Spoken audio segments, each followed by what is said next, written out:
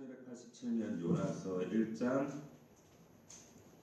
1절로 6절까지 말씀 우리 다같이 합독하겠습니다. 시작. 여호와의 말씀이 아미떼의 아들 요나에게 임하니라. 이르시되 너는 일어나 저 큰 성읍 니느웨로 가서 그것을 향하여 외치라. 그 압독이 내 앞에 상달되었음이니라 하시니라. 그러나 요나가 여호와의 얼굴을 피하려고 일어나 다시스로 도망하려 하여 욥바로 내려갔더니 마침 다시스로 가는 배를 만나지라. 여호와의 얼굴을 피하여 그들과 함께 다시스로 가려고 뱃살을 주고 배에 올랐더라. 여호와께서 큰 바람을 바다 위에 내리시매 바다 가운데 큰 폭풍이 일어나 배가 거의 깨지게 된지라.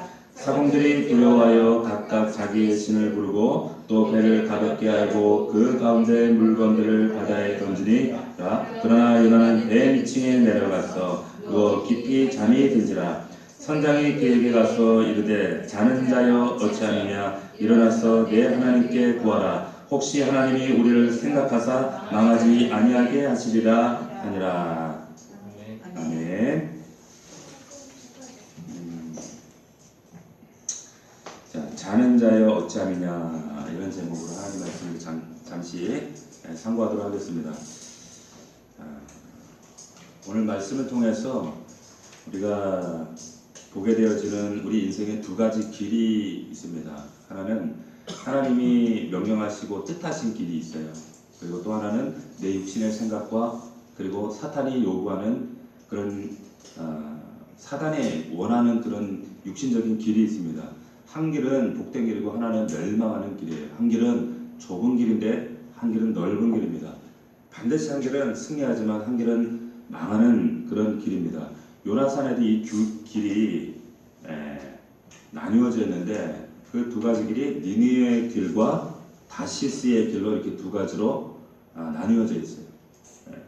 니느웨의 길은 좁고 협착하지만 하나님께서 명령하시고 축복하신 길이기 때문에 하나님 정하신 길이기 때문에 이 길에는 반드시 축복이 있고 은혜가 있고 은총이 있습니다. 반면에 다시스 길은 넓어 보이고 그리고 그 길 가운데 뭔가가 육신이 기대하는 뭔가 있을 것 같지만은 결국에 불순종의 길이기 때문에 그 거역한 결과가 있더라는 거죠. 하나님의 소원은 요나가 복된 길은 이 니느웨의 길로 걸어가는 것이 하나님의 뜻입니다. 왜냐하면 거기에 하나님의 사명이 있고 뜻이 있고 또 하나님의 축복이 있기 때문에 그렇죠. 그런데 요나가 정반대의 길을 택하죠. 오늘 1절 말씀을 보면 요나서의 시작이 어떻게 시작하는가 보게 되어지면 말씀하시는 하나님으로 요나의 이야기가 시작됩니다. 1절을 다시 보면 여호와의 말씀이 아미떼의 아들 요나에게 임하니라. 여호와의 말씀이 요나에게 임하니라. 하나님의 말씀이 저와 여러분들에게 임하시기를 주의 이름으로 축원합니다. 말씀이 임했다는 걸 기억하십시오. 염두해 주십시오. 이 말씀을 통해서 우리가 깨닫는 게 뭔가 우리가 기독교 신앙을 여러 가지로 설명할 수 있겠지만 그 중에서 가장 중요한 정의는 말씀하시는 하나님이라는 거예요. 말씀하시는 하나님. 그리고 그 말씀하시는 하나님 앞에 반응하는 인간들, 반응하는 우리. 이것이 신앙생활의 정의입니다. 말씀하시고 반응하는 것. 하나님은 말씀하시죠. 창세기에서부터 요한계시록 마지막까지 창조하시고 다스리시고 섭리하시고 역사하시는 뭘로 하시는가? 말씀으로 하나님께서 이 모든 것들을 주관하신다는 거예요. 말씀 자체가 이 로고스가 이 말씀이 생명이고 능력입니다.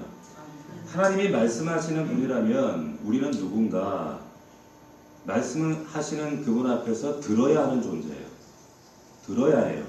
들을 뿐만 아니라 그 말씀 가운데 순종해야 하는 사람들이 바로 우리다. 왜 그런가?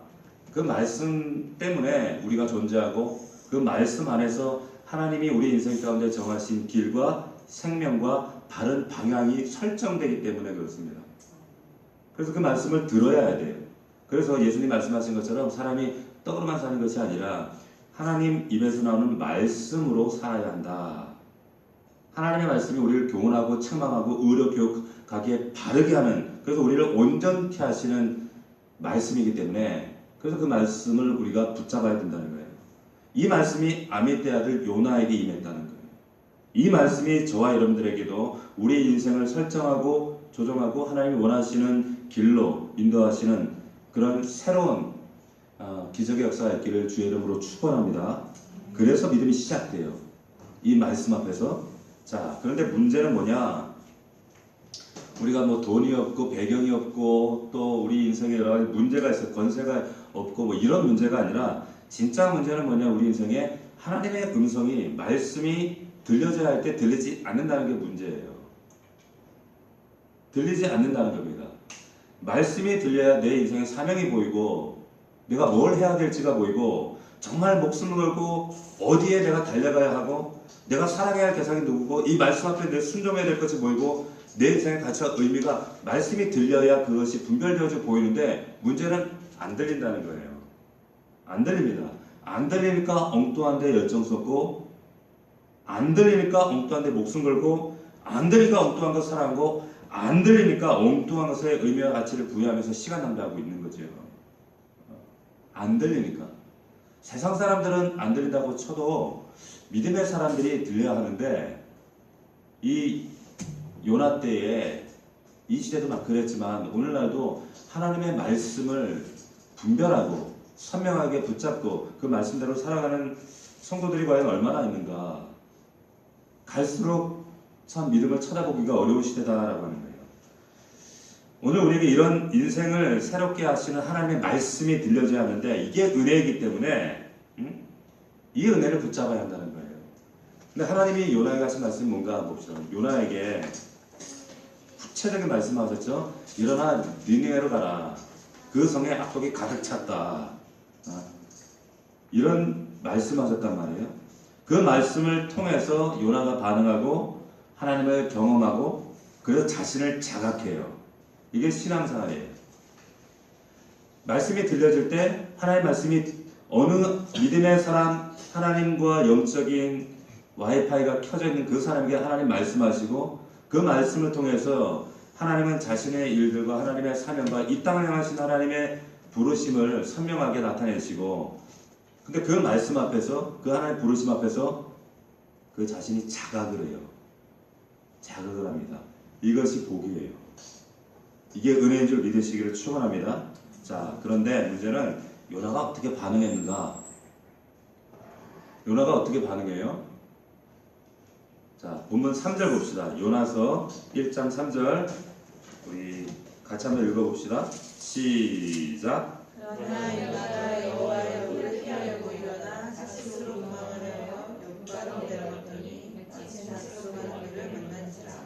여호와의 얼굴을 피하여 길과 함께 갈수록 가고 뱃삭을 주고 배에 올랐더라. 자, 요나서 3장 1장 3절 시작을 뭐라고 시작하고 있어요? 그러나로 시작하죠. 그러나. 자, 요나는 하나님 말씀에 반응을 뭘로 반응했는가 하면 그러나로 반응을 했어요.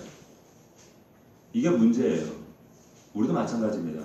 말씀이 안 들리는 것도 문제예요. 그런데 냉정하게 엄밀하게 목사의 입장에서 볼 때 더 큰 문제는 뭐냐? 그러나로 반응하는 것이 사실 더 큰 문제입니다. 어쩌면 이게 더 심각한 우리 신앙인들에게 국한된 문제에 있어서는 이게 더 문제예요. 그러나로 반응한다는 거예요. 참된 신앙은 그럼에도 불구하고 이렇게 반응해야 하는데 그러나로 반응한다는 거예요. 명령하셨지만 내 생각에는 맞지 않는다는 거예요.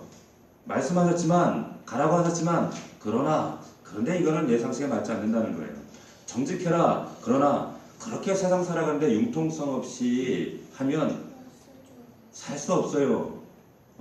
저는 목사 성도에게 이 얘기 참 많이 들었습니다. 목사님, 그렇게 살면 세상에서 못 살아요. 성도들이 적당히 세상에 타협하고 어깨동무하고 그렇게 살아야지. 그게 지혜로운 그리스도인이지. 그러면 못 살아요. 야, 원수 사랑해라. 하나님, 어떻게 저 인간만은 나 못 사랑해요. 그러나 나 저 인간만은 사랑할 수 없습니다. 순종해라. 그러나 이것만은 안 됩니다. 그러나로 반응하는 거예요. 요나처럼. 이게 얼마나 견고한지 알 수 없습니다. 정말 견고해요.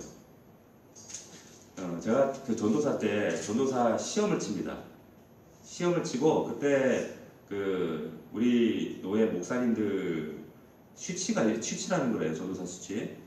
그때 목사님과 면접을 하는데 목사님 한 분이 그때 제가 이제 갓 초년생 전도사 이제 신학을 막 졸업했으니까 뭣도 모를 때죠.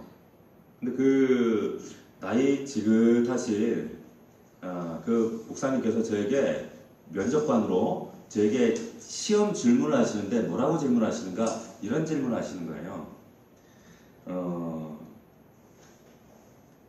하나님의 뜻이 하나님이 말씀하시는 그 뜻이 있는데 담임 목사님의 지금 그때 내가 섬기고 있던 담임 목사님의 뜻이 가령 A예요. 근데 하나님의 뜻은 B예요. 그러면 당신은 너는 어느 말씀에 따를 것이냐? 이게 제 전도사 CC 때 저의 그 면접관의 질문이었어요. 자, 제가 여러분들에게 질문 한번 동일하게 드려볼게요. 담임 목사님 뜻은 A예요. 근데 하나님의 뜻은 B예요. 면접관이 저에게, 전도사님 저에게 그러면 너는 어느 뜻을 당신은 어느 뜻을 쫓겠는가?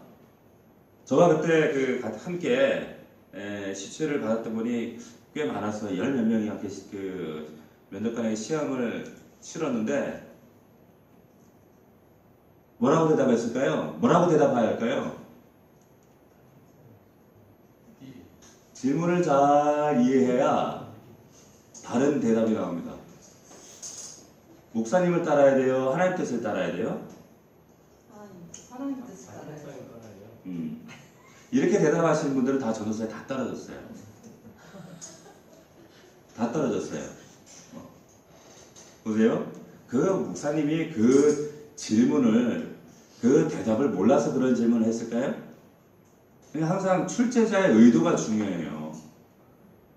초등학생도 알죠. 하나님 뜻을 따라야 한다는 것을.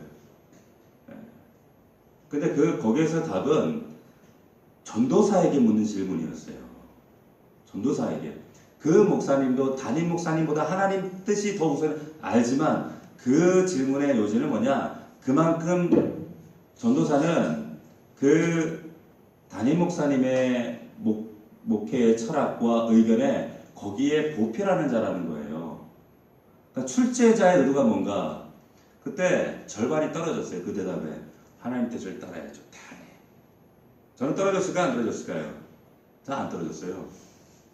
왜냐면 그 힌트를 들었어요. 제가 들어가기 전에 누군가에게.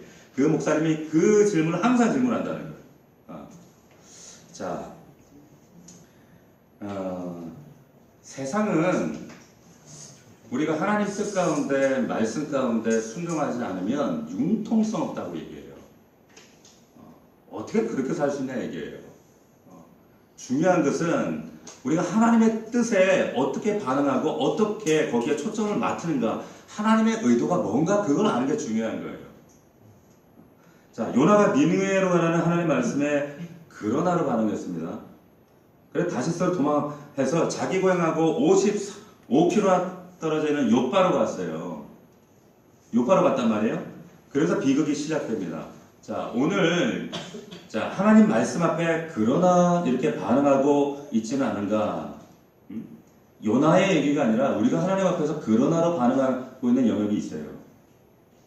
오늘 이 밤에 우리가 이 그러나의 병이 치료되고 그럼에도 불구하고 우리의 삶이 다시 한번 새롭게 정립될 수 있기를 주의 이름으로 축원합니다. 자, 중요한 것은 뭐냐? 왜 요나는 순종해야 할, 마땅히 가야 할 하나님의 길을, 니느웨의 길을 버리고 이 비극의 길은 다시스로 갔을까? 왜 이 길로 갔을까요? 첫 번째 이유는 자신의 독선과 편견과 고집 때문이에요. 자, 이게 무슨 말인가? 기독교는 우리가 믿는 우리의 이 신앙, 이 진리는 어떻게 보면 굉장히 독선적이죠. 왜? 진리이기 때문에 그렇습니다. 이 진리라고 하는 것이 세상의 모든 것들을 수용하는 진리라면 이방 종교든 다른 진리든 다 포용할 수 있어요. 그러나 포용되지가 않아요.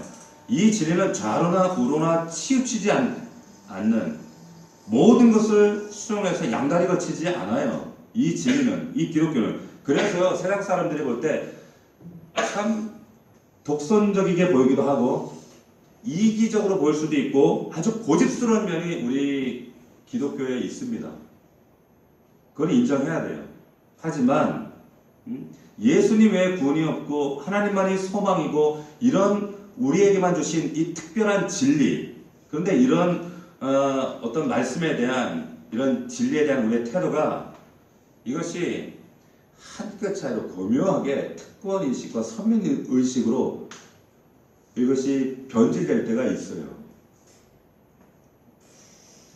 우리에게 허락하신 이 진리, 우리만 가진 이 생명, 근데 이것이 교만과 배타주의로 흘러가면 안 된다는 거예요. 요나가 그랬다는 거죠. 요나가 선민으로 이스라엘의 또한 선지자로 특별히 구별되어서 하나님께 부르심을 입은 제사장 국가로서 그런 우리나라인데 천하만민이 복을 받게 하시기 위해서 이 제사장 나라로 우리 이스라엘 민족을 통로로 하나님 세우셨는데 이것이 은혜이자 하나님의 특권이자 축복이죠. 그런데 이것이 어느 순간에 책임과 사명은 사라지고 선민의식과 특권의식으로 변질되는 거예요. 그러면서 어떻게 니느웨의 어떤 독선과 편견과 고집으로 바뀌는 겁니다. 우리 믿음의 사람들이 이런 독선과 교만과 편견에 빠지면 정말 세상 사람들도 못 해보는 이런 괴물이 돼요. 정말 어떻게 해볼 수가 없어요. 그래서 요나가 생각할 때 그런 생각하는 거죠. 은혜와 복은 하나님이 이스라엘 백성에게 우리에게만 주신 특권이요, 우리가 누려야 될, 우리만 누릴 수 있는 특별한 하나님의 축복이다. 쟤네들이 왜 봐도 쟤네들은 그럴 자격이 없어. 하나님이 우리 믿음의 사람들 어떤 사람들을 쓰기가 편하신가? 하나님 말씀하실 때 자신의 그 수십 년간의 생각과 경험과 철학과 주관, 내 삶의 전제들을 하나님 말씀 앞에 이것이 하나님 말씀 앞에 너 아니구나 라고 했을 때 언제든지 포기할 수 있는 사람이에요. 정말 하나님 앞에 능동적으로 유연하게 포기할 수 있는 사람입니다.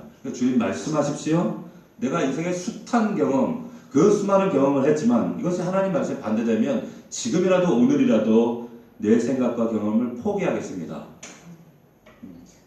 근데 이 생각이 누가 가장 안 바뀌는 줄 아세요?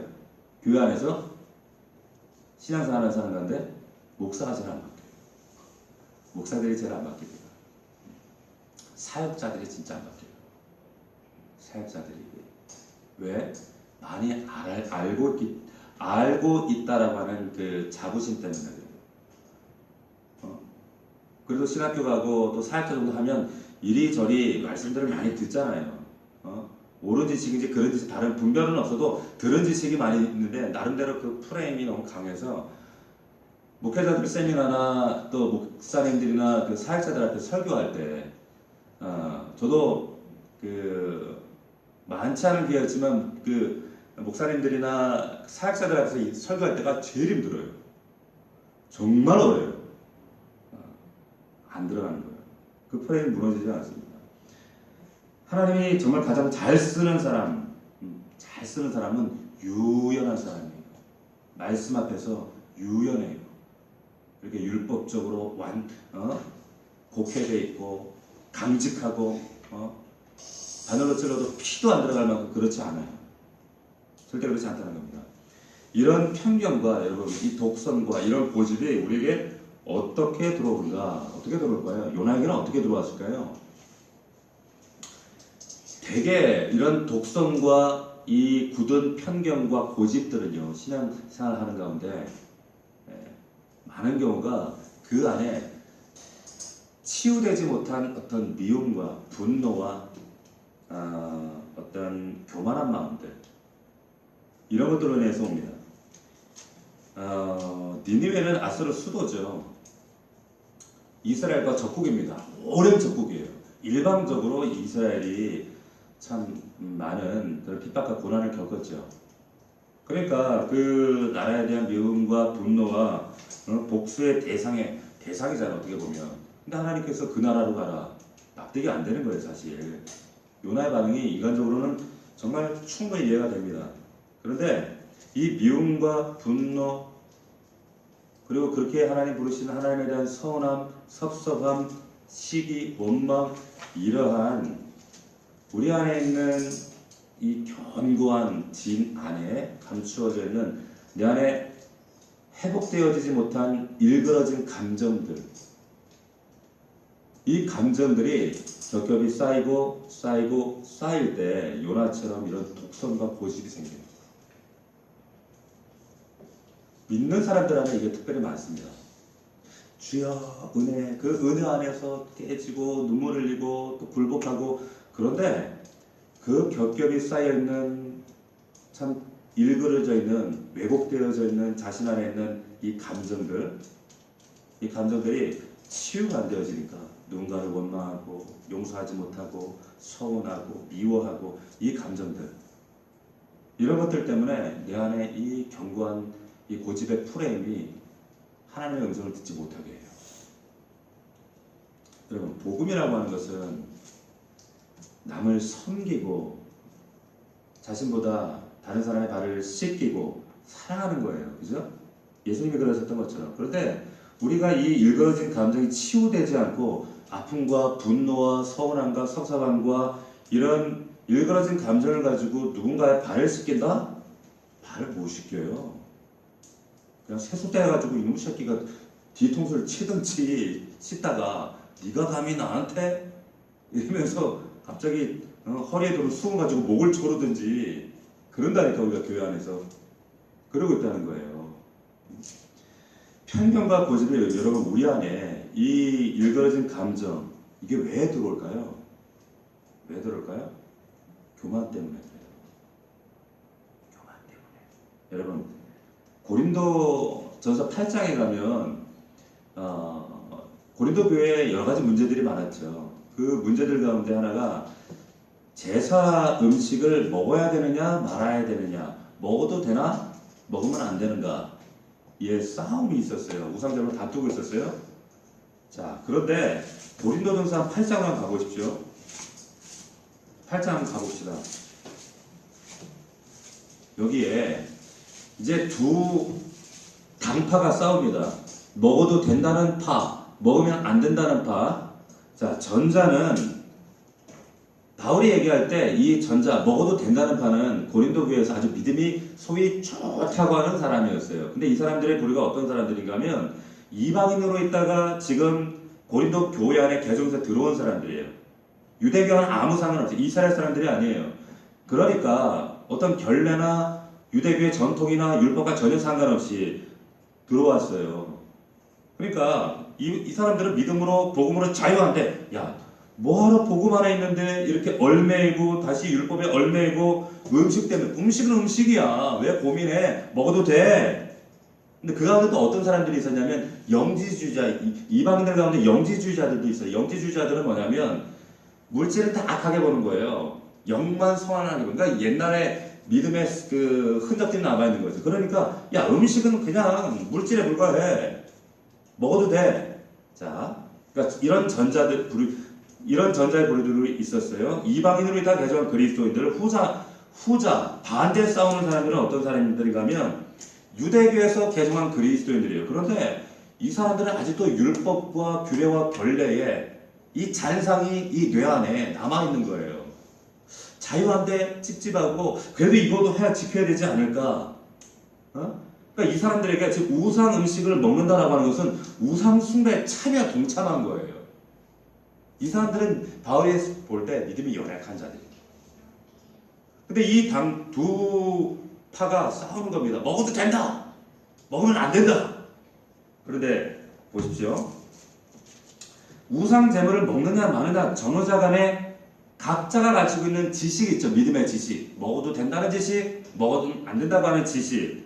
근데 무엇이 문제인가? 이 지식 간의 싸움의 문제가 아니에요. 사도 바울이 뭘 말하고 있는가 하면 여러분, 내가 가지고 있다라고 하는 이 믿음의 지식, 신앙생활을 십수년간 해왔기 때문에 내가 가지고 있는 이 믿음의 지식들, 이 지식들이 그런데 널 교만하게 한다는 거예요. 더 나아가 이 지식은 죄다 얘기를 합니다. 8절 1절 보십시오. 자, 한번 읽어봅시다. 시작. 우상의 제물에 대하여는 우리가 다 지식이 있는 줄을 아나. 보세요. 우리가 다 지식이 있는 줄을 아나. 이 말은 뭐냐면 아주 완곡하게 그 지식을 너나 나나 다 있다는 거예요. 사도 바울이 이 점을 지적하면서 지금 이 점을 그들에게 지적하고 있는 거예요. 완곡하게. 자, 그 다음 지식은 뭐라고 합니까? 교만하게 한다는 거예요. 이 지식이 뭐예요? 이 두 파 가지고 있는 지식. 먹어도 된다는 지식, 먹으면 안 된다고 하는 지식이에요. 그런데 사랑은 덕을 세운다? 이 지식에 너희도 사랑에 빠졌다 얘기하고 있어요.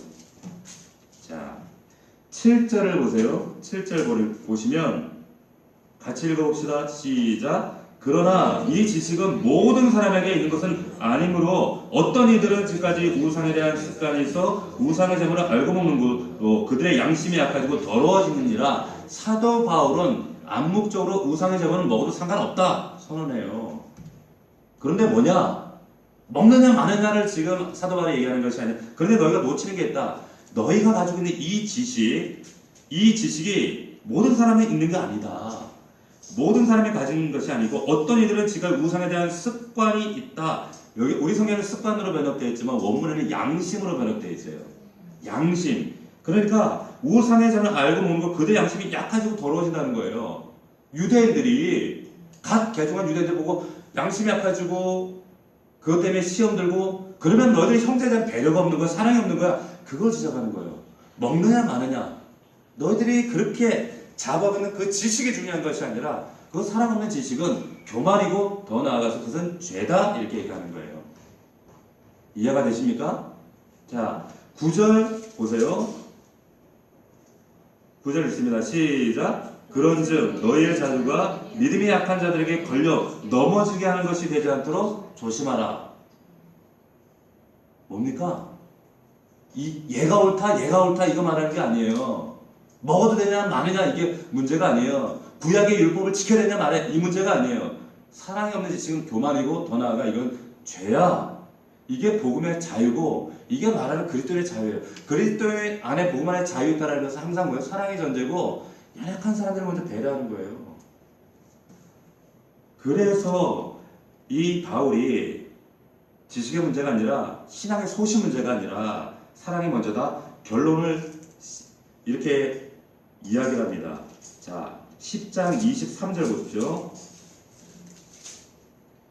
잘 여러분들 이해하셔야 돼. 23절 다 같이 읽습니다. 시작. 모든 것이 가나 모든 것이 유익하신 것은 아니요 모든 것이 가나 모든 것이 덕을 세우는 것은 아니니 누구든지 자기의 유익을 구하지 않고 남의 유익을 구하라.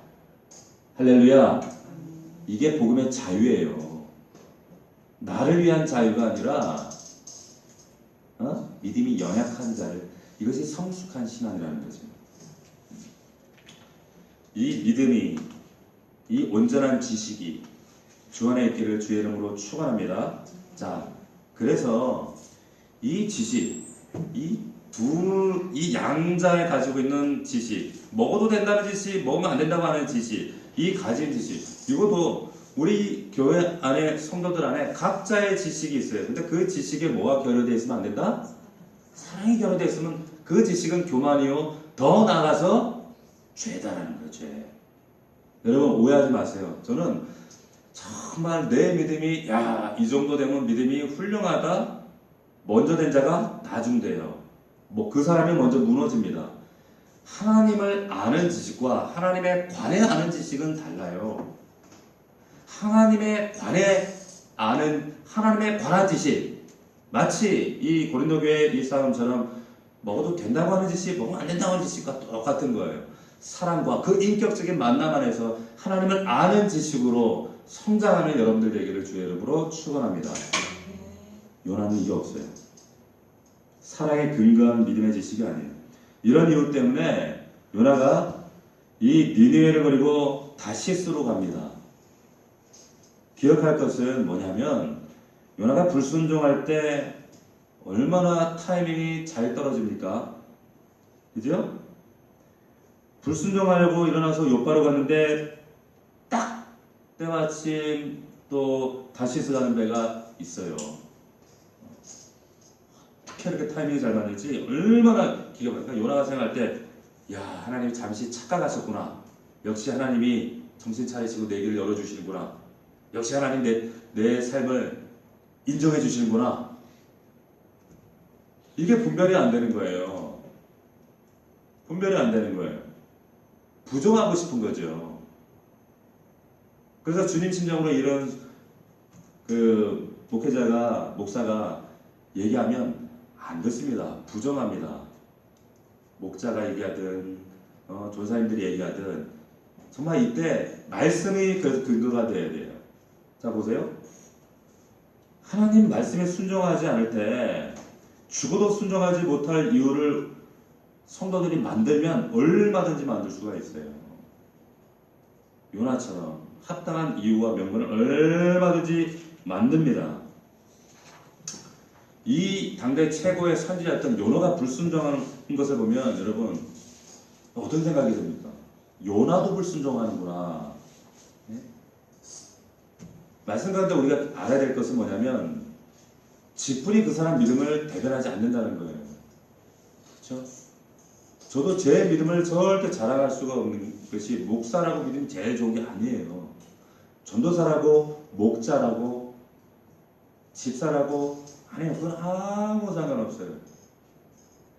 오늘 지금 살아있는 여기 하나님과 나와의 일대관계 하나님만 아셔요. 그리고 그 안에 그 사람 안에 있는 믿음의 내용과 대상과의 관계와 결과가 삶의 열매들로 어떻게 나타나고 있는가 그걸 봐야 된다는 거죠.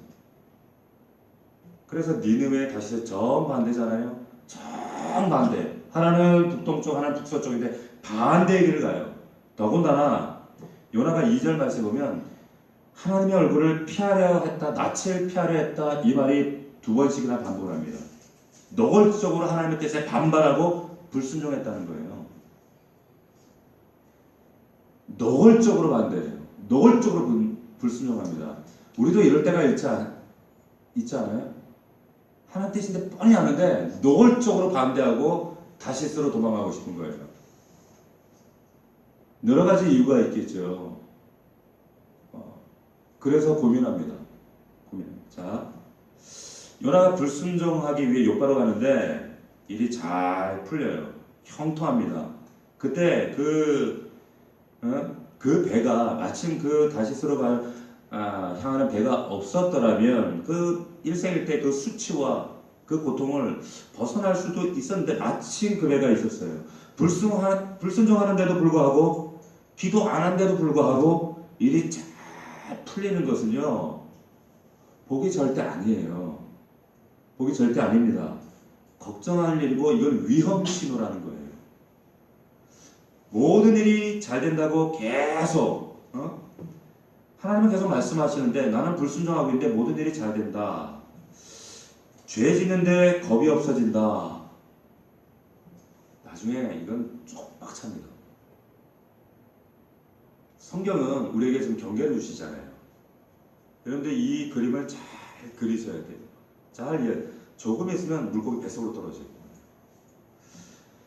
그래서 우리 성도들의 삶을 겉으로 판단하면 절대 안 됩니다. 형통한가? 저 사람이 형통한가? 하나님 뜻 가운데 있는가? 형통하니까 잘 살고 있는가? 아니에요. 그게 절대 아니더라는 거예요. 이거를 잘 말씀을 근거해서 해석할 수 있는, 판단할 수 있는 눈이 있어야 된다라고 하는 거예요. 불순종하고 있는가, 순종하고 있는가, 이걸 봐야 돼요. 하나님 뜻대로 사는가, 하나님 말씀이 들려오고 있는가, 그 말씀 앞에 어떻게 하루하루 순종하는가. 그래서 사명의 자리에 날마다 하나님의 일들을, 하나님의 나라를 확장해 가고 있는가 라고 하는 거죠.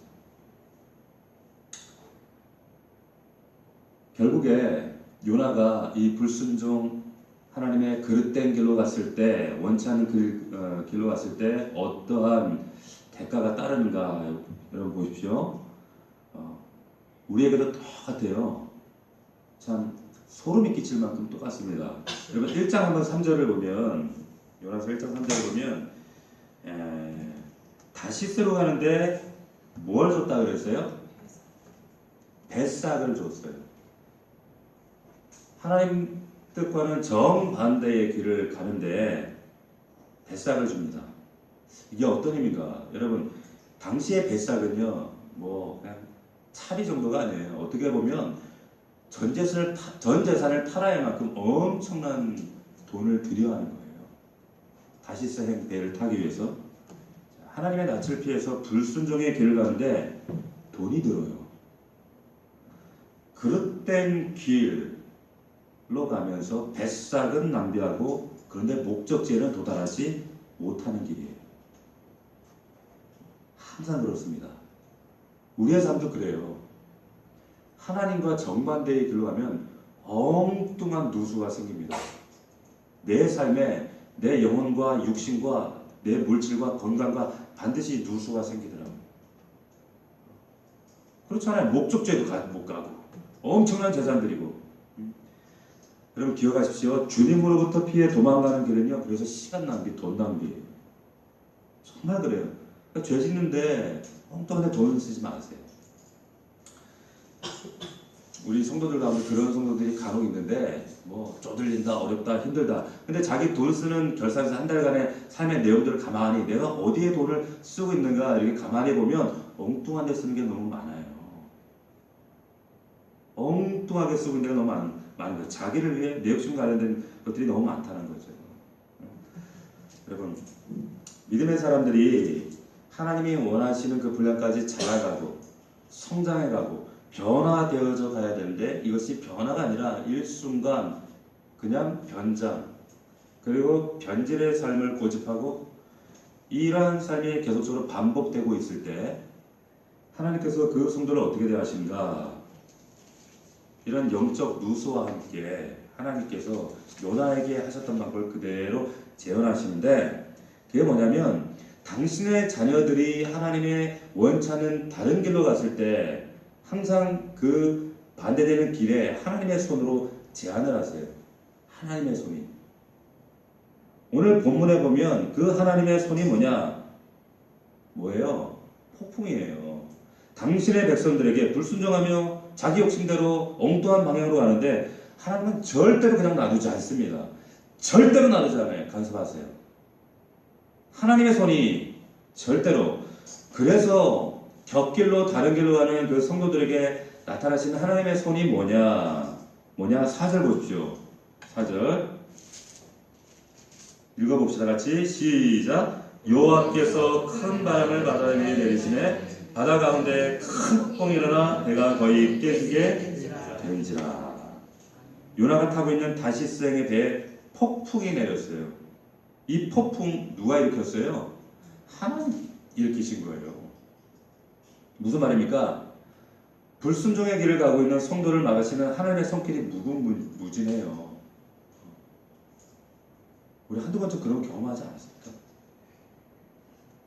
가기 전에 그것을 우리가 깨달아야 되는데 왜 그런가 몰라. 그죠? 하나님이 일으키시는구나. 어느 정도까지 폭풍이 왔어요? 여기 말씀 보니까 배가 거의 깨어지게 된지라. 깨질 때쯤 깨달아요. 요나는 그렇다 칩시다. 우리는 말씀이 있잖아요. 이 말씀에 대한 분명한 교과서가 있잖아요. 매뉴얼이 있는데 우리가 이런 실수를 반복할 필요는 없다는 거죠. 하나님은 불순종의 삶에 타고는 배가 목적지까지 가도록 가만히 내버려 두시지 않습니다. 그래서 네가 가고 있는 그 길이 내가 원하는 길이 아니야 라고 하는 것을 분명하게 확실하게 깨닫게 하세요. 아멘이십니까? 왜? 사랑하기 때문에. 그 길은 네가 살 길이 아니라는 거예요. 이 폭풍이 이 배를 부수기 위한 폭풍이 아니에요. 이 폭풍은 요나의 불순종을 깨뜨리기 위한 폭풍이에요. 배를 깨뜨려서 하나님께 무슨 유익이 있겠어요? 불순종하는 성도가 가는 길에 이 폭풍. 그런데 이 불순종이 그치면 폭풍도 그쳐요. 너무 단순해요. 버틸 필요가 없다는 거죠. 여러분, 오늘 우리가 지금 아까 읽었던 4절 말씀에 보면, 오늘 우리 성경에는 없는데 원문에는 접속부사가 하나 있어요. 그게 뭐냐? 그러나예요. 그러나가 빠져 있어요. 자, 그러니까 이게 무슨 말인가 하면, 그러나 하나님은 큰 바람을 바다 위에 내리셨다, 이런 의미예요. 그러니까 이야기가 어떻게 되는가 하면 1, 2절에 보시면 요나에게 말씀하시는 하나님의 말씀. 자, 근데 3절에 그 말씀에 불순종하는 요나의 그러나가 나와요. 그러나 요나가 여호와의 얼굴을 피하려고, 그러나가 나옵니다. 근데 4절에는 그러한 요나의 불순종을 또 추적하시는 하나님의 그러나, 이 그러나가 등장을 해요. 무슨 말입니까? 하나님의 말씀에 불순종하는 우리의 그러나는 반드시 그런 불순종을 바로잡으시는 하나님의 그러나를 불러온다는 거예요. 믿으시길 축원합니다. 이거 우리 안 겪어봤어요? 너무 잘하잖아요, 그죠? 너무 잘하는데 뻔한 길을 또 우리는 그러나 해요. 아이, 목사님, 그래도 제가 목자인데, 전도사인데, 제가 집사인데, 천만의 말씀이에요. 수도 없이 그러더라고요. 수도 없이. 우리 삶 가운데 크고 작은 폭풍, 하나님이 사인을 주시거든요. 그런데 여러분, 폭풍이 올 때 그냥 왕팡팡 오던가요? 그렇지 않아요. 꼭 전조가 있습니다. 폭풍 온다, 파도가 일렁이고 내 살 주변 언저리에 반드시 하나님이 전조 현상을 보여주세요. 그걸 캐치해야 돼요. 아, 이거 전조다. 그럼 내 삶 주변과 나의 믿음과 내 불순종의 영역이 뭔가, 내가 지금 하나님 뜻과 반대되는 길로 가는 것이 뭔가를 점검하고 조정하면 되는데, 근데 그 분별할 생각도 않고 하나님 음성을 들으려고도 하지 않고 말씀을 통해 다시 한번 조명해 보이지도 않고 그냥 가는 거예요. 왜? 둔감해서. 이때 빨리 회개하고 돌아와야 됩니다. 무감각하면 안 돼요. 영적으로 무감각하면, 여러분 5절 보십시오. 그래도 계속 고집하죠? 어떻게 돼요? 5절 말씀 같이 읽어봅시다. 시작. 사공들이 두려워하여 각각 자기의 신을 부르고 또 배를 가볍게 하고 그 가운데 물건들을 바다에 던지니, 그러나 유다는 배 밑중에 내려가서 누워 깊이 잠이 들지라. 여러분, 여기 배 밑창에 내려가서, 이게 히브리에 보면 야자드 이렇게 돼 있거든. 내려갔다. 여기 보면은 또 하나님의 낯을 피하려고 다시스로 도망하여 요바로 내려갔다. 다 똑같은 말이에요. 내려갔다. 배 밑창으로 내려갔다. 여기 계속 여기에 반복된 단어가 내려갔다는 말이 반복돼요. 이게 무슨 말일까요? 요나의 영적 상태예요. 영적으로 완전히 밑바닥까지 무감각한 그 배 밑창까지 내려갔다는, 그 폭풍이 이런데 요나가 정말 잠을 잤을까요? 잠을 잤을까요? 어떻게 자요? 하나님의 낯을 외면하고 싶은 거예요. 왜 이게 폭풍이 일어났지? 그때쯤 요나도 직감을 하죠. 근데 배 밑창에 숨고 하나님을 애써 외면하는 거예요. 영적 죽은 상태 되면 끊임없이 하나님의 음성, 하나님의 얼굴을 피합니다. 피해요. 여러분 잘 기억하셔야 돼요. 결국 이 나의 영적 무지함 계속 뻗팅기다가 어떻게 돼? 배에 있는 모든 재산 다 잃어요. 다 잃어갑니다. 자, 이 요나를 하나님은 어떻게 깨우세요? 하나님이 하다 안 되니까 6절 보세요. 세상을 통해서 말씀하실 거예요. 하나님 음성을 안 들으니까 세상, 하나님 알지 못하는 세상, 이 선장의 입술을 통해서 하나님 깨우시는 겁니다. 6절 말씀 시작. 선장이 그에게 가서 이르되 자는 자여 어찌함이냐, 일어나서 내 하나님께 구하라. 혹시 하나님을 생각하사 우리를 망하지 아니하게 하시리라. 자, 이 사람이 하나님을 어떻게 알았을까요? 우리가 하나님 음성을 외면하고 불순종의 길을 계속 고집할 때 내 일그러진 내 안의 감정들, 이 마음들을 부여잡고 편견과 독성과 고집으로 하나님의 낯을 피해서 다시 스스로 가려고 할 때, 하나님은 하다 안 되면 세상을 통해 여러분들 말씀하세요. 믿지 않는 가족들, 내 주변 사람들, 다른 어떤 것들을 수단 방법 가리지 않고 여러분들 귀에 말씀하신다는 거예요. 왜 자? 일어나! 말씀하신다는 거예요. 우리 자고 있는 자가 없기를 축원합니다. 깨어나세요. 깨어나세요.